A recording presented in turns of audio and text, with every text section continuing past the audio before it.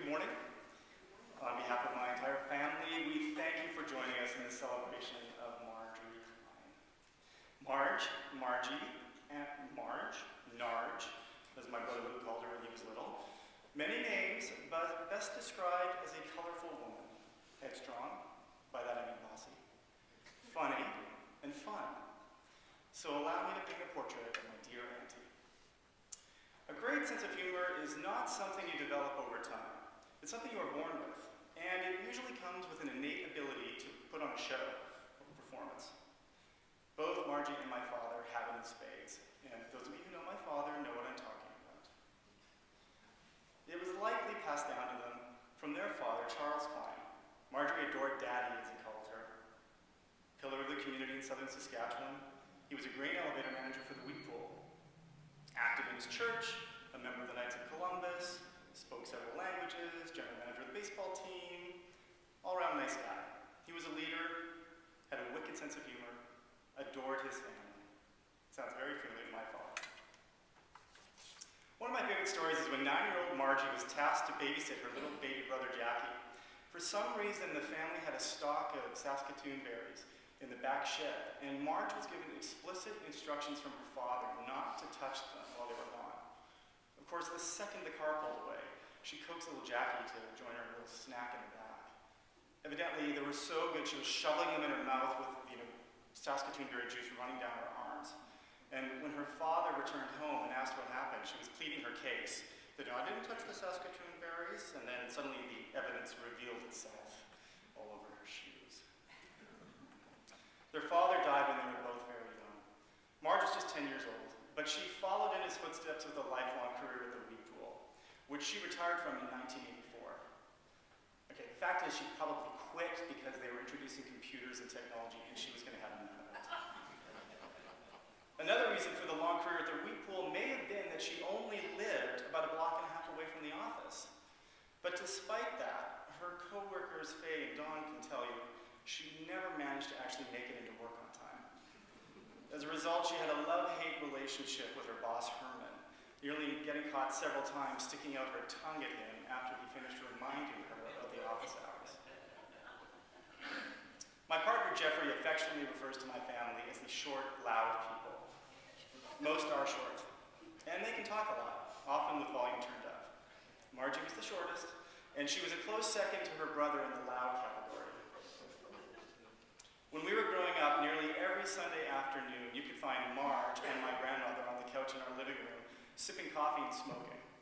Years later, I would learn it really wasn't coffee in the cups, which may explain why the stories got a little longer, the laughter that much louder, which always included Margie's knee-slapping laugh. And at times, the language became a bit more colorful. My grandmother would constantly be scolding her 40-plus-year-old daughter saying, "Margie, such language." Imitation is the sincerest form of flattery. And a day doesn't go by that someone in our family isn't lovingly imitating or quoting Margie. With that, I've asked my nephew Andrew to join me as we take you through our top picks of what I would call Margieisms. The language may get colorful, I just wanted to put that out there. Margie loved going to church, and she loved to sing hymns in her own unique way. Jesus loves me, this I know, 'cause the Bible tells me so. This was always followed with, I could have been an opera singer, you know. When Marge wasn't happy with something, you knew it. Most people give you a darn or a whoops, not Margie. Son of a beep, beehive corn syrup. We all heard it a lot. And I just learned from my sister that beehive is actually a brand of corn syrup. Remember I said she was headstrong? Again, if someone was doing something that she didn't like, well, they can all just go kiss my keister. And there were certain things in life that she never, ever, ever would be happy with. Damn shitty cats. Told you it's colorful. They came into her room at the William and Appert house. Damn. Beep. Legs. This started when she was younger. They were always too fat in her mind. Later, she had trouble walking. Damn shit and glue. Directly linked to the previous legs comment and always said together. And if she ever doubted what you were saying, like, "Don't worry, Marge, the Rough Riders will win the cup this year," you would get it. Oh, sure, Mike. And the funny thing about that one is that even if your name wasn't Mike, you would get it. Margie loved entertainment, and she had a huge influence on my life and my career. For her, it probably started when she was 5 years old, when she came in runner-up in a Shirley Temple look-alike contest. When I was little, she would take me to the movies nearly every weekend, told me stories of old Hollywood and her celebrity magazines, and she would watch a lot of TV. The TV Guide Fall Season Preview was a hot issue for both of us. We loved watching comedy and variety shows. Mary Tyler Moore and The Carol Burnett Show were both must-see television. And with a little coaxing, maybe a little tiny drink, like Carol Burnett, you could always get a Tarzan yell out of Marge. Oh! Funny how that sounds familiar to the way she sang in church.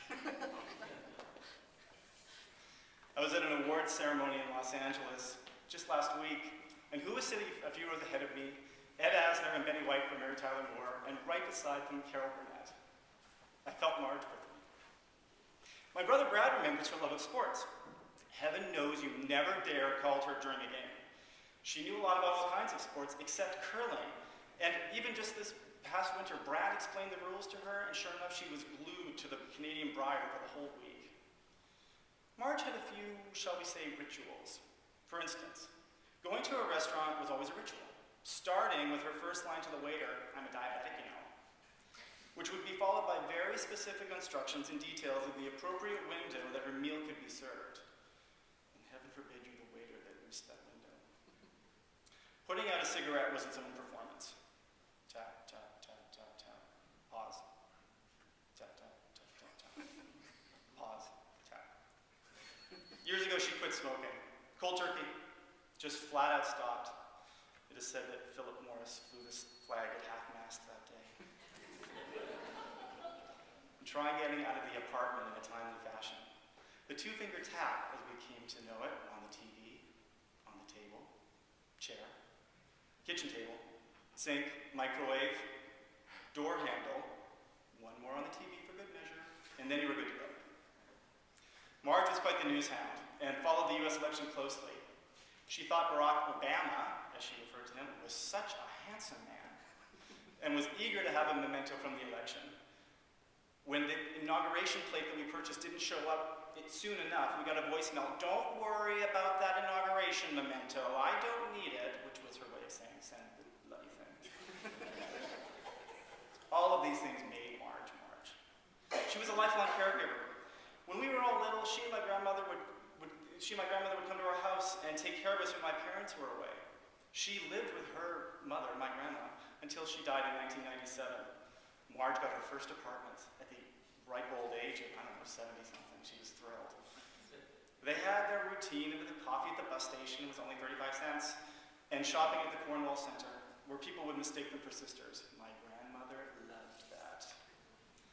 Her love of family certainly passed on to her niece, our sister Kathy, who was Margie's chief of staff over the last several years, doing the banking, doctor runs, lottery ticket purchases, dispatching her husband Jose, and son, my nephew Andrew, aka AJ, for errands, and nudging her brothers to call your aunt when she was feeling down.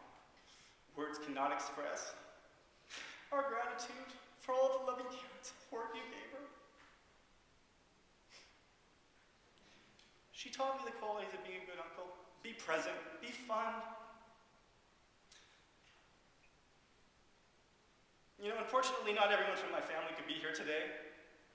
Most notably, my mother, Shirley, who is battling cancer, as many of you know. Please keep her and my father in your prayers.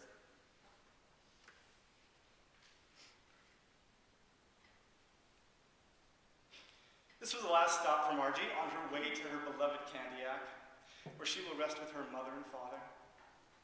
And so, as she would sweetly bid farewell at the end of every phone conversation, so shall I. With simply, "Toodaloo, dear. Bye for now. I love you."